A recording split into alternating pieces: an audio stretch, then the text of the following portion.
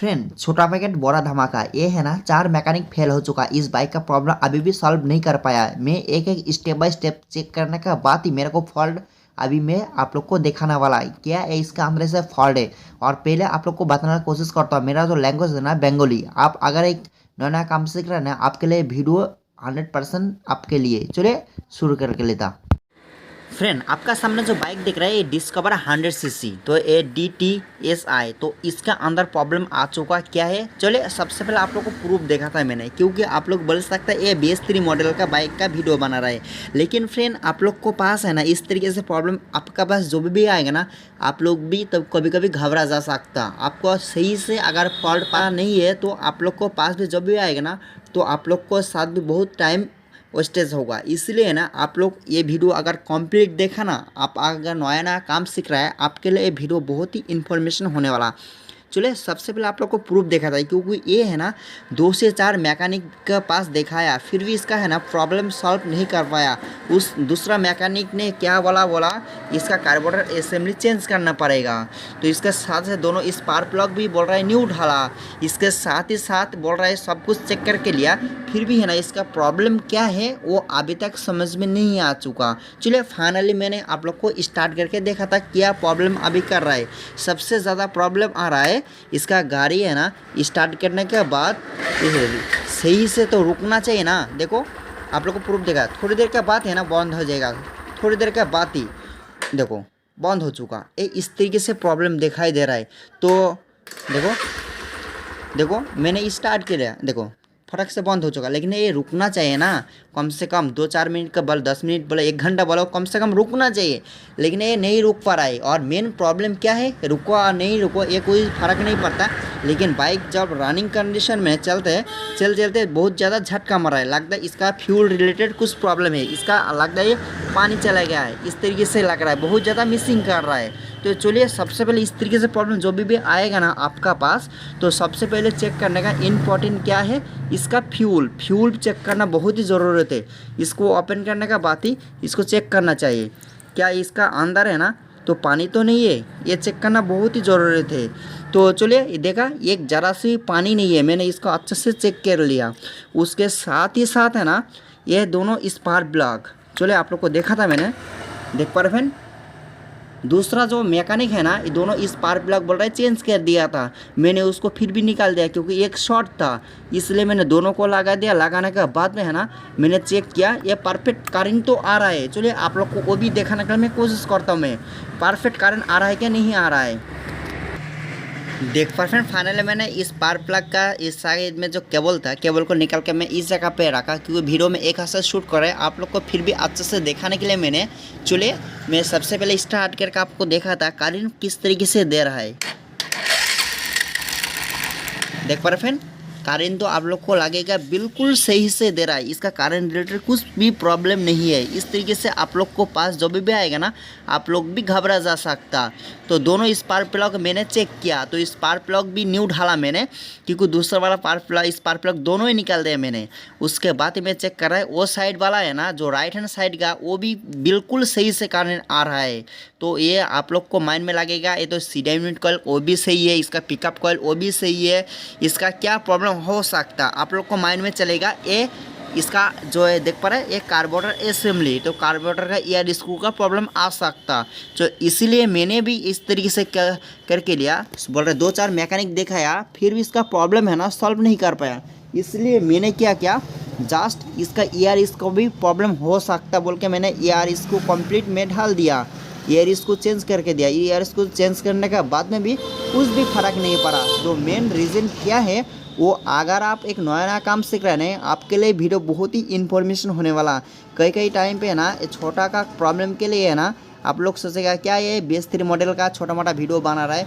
लेकिन फिर आप लोग को पहले बोला छोटा नहीं समझना चाहिए, क्योंकि कुछ ऐसा प्रॉब्लम है वो टाइम बहुत ही वेस्टेज होता है। आप लोग अगर ये वीडियो पहले ही देख लिया ना, तो आपका पास जो भी आएगा ना आप लोग भी 100% प्रॉब्लम फटक से पता कर सकता है। इसलिए ये वाला वीडियो पहले आप लोग देख लिया ना, तो फटक से काम कर सकता है। चलिए सबसे पहले आप लोग को इस तरीके से देखा था, सबसे पहले फ्यूल चेक करने का, इसका जो मेन इसका देखने का फ्यूल में पानी है क्या नहीं, इसका ईयर इसको भी एक बार सही से मोमेंट करके देखने का, क्या ये अंदर का एक रबर है वो काटने से भी प्रॉब्लम आ सकता है। कौन सा वाला रबर है?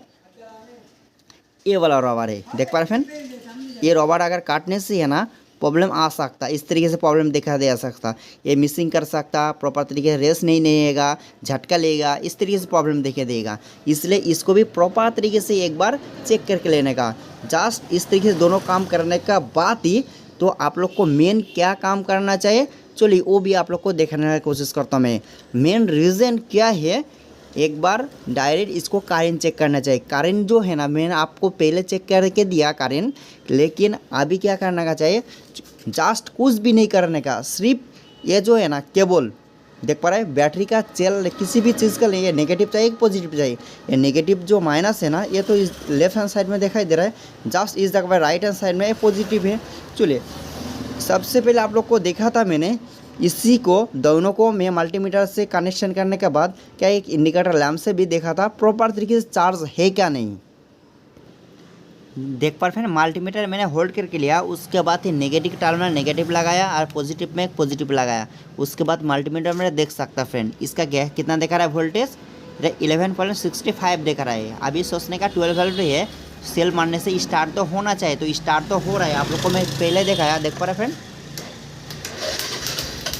देखो स्टार्ट तो हो चुका, इसका कुछ प्रॉब्लम नहीं है, बैटरी का इतना बड़ा इस प्रॉब्लम नहीं है। चलिए उससे पहले मेन क्या काम करना चाहिए, जो वायरिंग कहाँ से भी है ना शॉर्ट हो रहा है क्या नहीं, ये हीट होने के बाद इस तरीके से प्रॉब्लम देखा रहा है। जो भी बाइक थोड़ी देर के बाद अच्छा चल रहा है, बाद में क्या हो रहा है, रेस जब हीट हो रहा है ना उसके बाद ये रेस प्रॉपर तरीके से रुकना चाहिए ना, नहीं वो रुक पा रहा है, वो ज़्यादा हो रहा है, कभी कभी कम हो रहा है, इस तरीके से प्रॉब्लम देखा रहा है। मतलब क्या हो रहा है, हीट होने के बाद है ना जो CDI यूनिट कॉल का शॉर्ट कर रहा है, क्या फाइनली ये वायरिंग हार्नेस कहाँ से भी शॉर्ट कर रहा है, ये जानना बहुत ही ज़रूरत है। क्या इसके अंदर जो HT कॉइल, जिसको देख पा रहे इस जगह पे आप लोग को दिखाई दे रहा है, ये अंदर का तरफ HT कॉइल, ठीक है।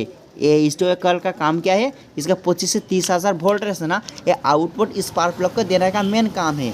तो इसीलिए चलिए सबसे पहले कहाँ से भी शॉर्ट हो रहा है वो चेक करने पहले चेक करने के लिए क्या करना पड़ेगा, चलिए पॉजिटिव वाला वायर को सबसे पहले इसको निकाल देने का। मैं जिस तरीके से आप लोग को बता रहे हैं ना उसी हिसाब से अगर आप काम किया ना तो प्रॉब्लम को 100% पकड़ सकता। चलिए सबसे पहले इसको ओपन करके लेने का, ओपन कर कहाँ से भी शॉर्ट हो रहा है क्या नहीं वो चेक करना बहुत ही ज़रूरत है। चलिए मैंने डायरेक्ट में एक इंडिकेटर होल्ड करके लेता, मैंने इंडिकेटर होल्ड करने से आप लोग को फटक से पता चल जाएगा कहाँ से भी शॉर्ट कर रहा है। चलिए सबसे दोनों में वायर को मैं कनेक्शन करके लेता, उसको कहाँ से कनेक्शन करने का वो भी आप लोग को देखा था मैंने, किस में करने का, एक जो ये जो वायर निकाल दिया ना मैंने इसका अंदर एक कनेक्शन करने का, और दूसरा वाला है ना ये जो बैटरी का ही टर्मिनल रेड कलर में कनेक्शन करने का, और दूसरा वाला इसके अंदर कनेक्शन करने का। अगर सोचो कहाँ से भी वायरिंग शॉर्ट है तो ये इंडिकेटर ऑन हो जाएगा, अगर शॉर्ट नहीं है तो ये इंडिकेटर ऑन नहीं होगा। अगर ऑन भी है बिल्कुल थोड़ा सा तो सोचने का इतना में कुछ फ़र्क नहीं पड़ता है। अगर तेज़ी से ये इंडिकेटर चल रहा है तो सोचने का हीट होने का बात है ना कहाँ से भी शॉर्ट कर रहा है, CDI यूनिट कॉइल का बोलो क्या और HT कॉइल का बोलो क्या पिकअप कॉइल का भी प्रॉब्लम आ सकता। इसलिए चले सबसे पहले मैंने दोनों वायर को कनेक्शन से करके लेता, मैंने एक इसके अंदर करेगा, दूसरा वाला वायर है ना बैटरी का पॉजिटिव में करेगा और पॉजिटिव का वायर इसी में ही करेगा मैंने।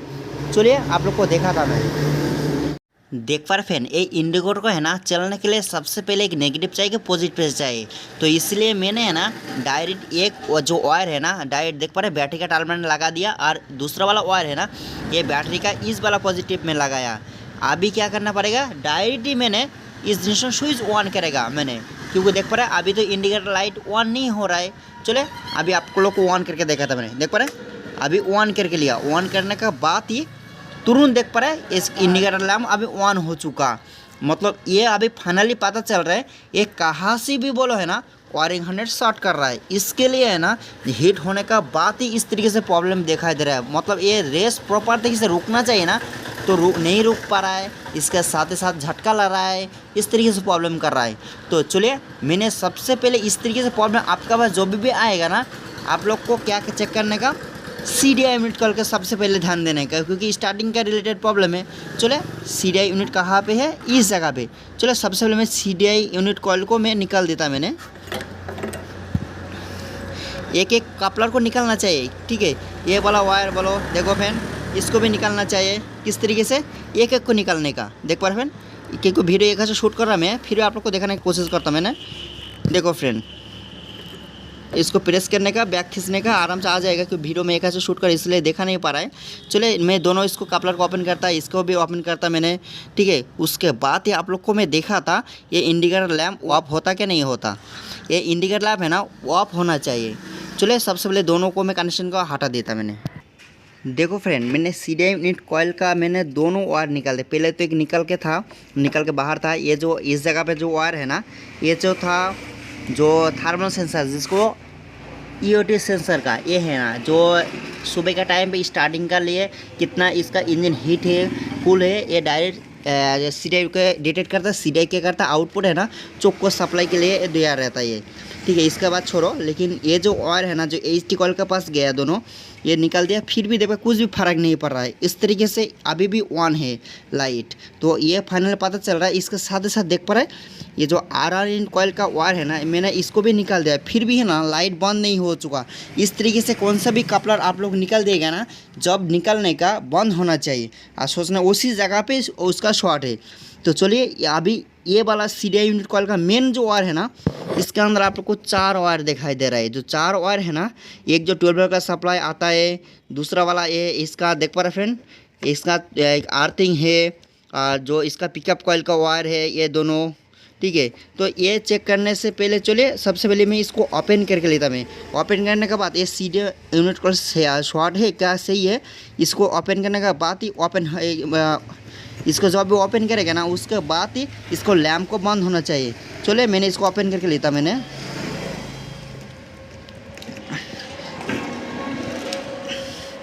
चलिए वीडियो में एक शूट कर रहा है, फिर आप लोग को दिखाने की कोशिश करता मैं। देख पा रहे हैं अभी देखो, तुरंत इसको निकालने के बाद ये ना फटक से इंडिकेटर लैम्प अभी ऑफ हो चुका। अभी ये फाइनली पता चल गया, जो ये CDI यूनिट कॉइल शॉर्ट कर रहा है, इसके लिए ये प्रॉब्लम हो रहा है। चलिए फाइनली मैंने अभी क्या करेगा, दूसरा वाला CDI लेकर आने के बाद लगाने के बाद देखता प्रॉपर तरीके से सही से चल रहा है क्या नहीं चल रहा है।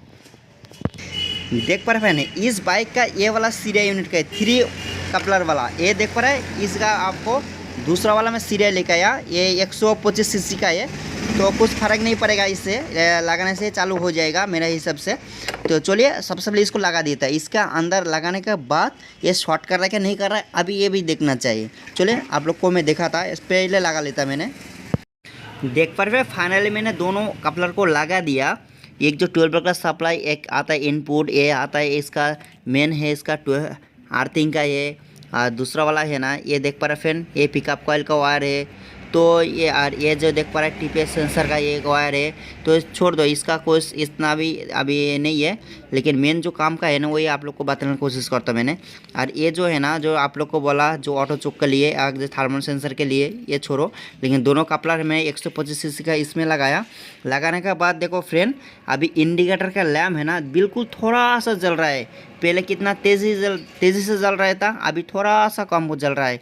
मतलब ये फाइनली पता चल गया ये कहाँ से भी हो बोलो शॉर्ट कर रहा है। मतलब कहाँ से शॉर्ट कर रहा है, मेन इसके अंदर ये CDI यूनिट कॉइल का अंदर ही प्रॉब्लम आ चुका है, ये शॉर्ट कर रहा है। ये जब हीट हो रहा है ना, उसके बाद शॉर्ट कर रहा है बोल के इस तरीके से प्रॉब्लम देखा रहा है, मिसिंग कर रहा है, झटका ले रहा है, सही से नहीं रुक पा रहा है। चलिए अभी आप लोग को बाइक स्टार्ट करके आप लोग को देखा था, बिल्कुल सही से अभी रुक पाता क्या नहीं पाता। देख पाए फ्रेंड, इस वाला टर्मिनल को जो इंडिकेटर लैम्प उसको ओपन करके दिया, ये वाला टर्मिनल लगा दिया। चलिए अभी आप लोग को बाइक स्टार्ट करके देखा था, सही से रुक पाता क्या नहीं पाता। इंजन स्विच ऑन करके लिया, उसके बाद ही एक सेल में स्टार्ट होना चाहिए। देखो बैटरी थोड़ा डिस्चार्ज है, लेकिन स्टार्ट हो चुका। देखो फाइनली रुक गया। अभी ये जितना देर तक इस तरीके से रखेगा ना, उतना देर तक ये रुकेगा, क्योंकि इसका मेन प्रॉब्लम था CDI यूनिट कॉइल का। तो चलिए आप लोग को मैं डिटेल का साथ में दिखा दिया। चलिए मेरा वीडियो देखिए, अगर आपको थोड़ा सा भी जानकारी मिला ना, ज़रूर से लाइक कर दीजिए। अगर आप इस चैनल बनाए ना, सब्सक्राइब जरूर कर दीजिए।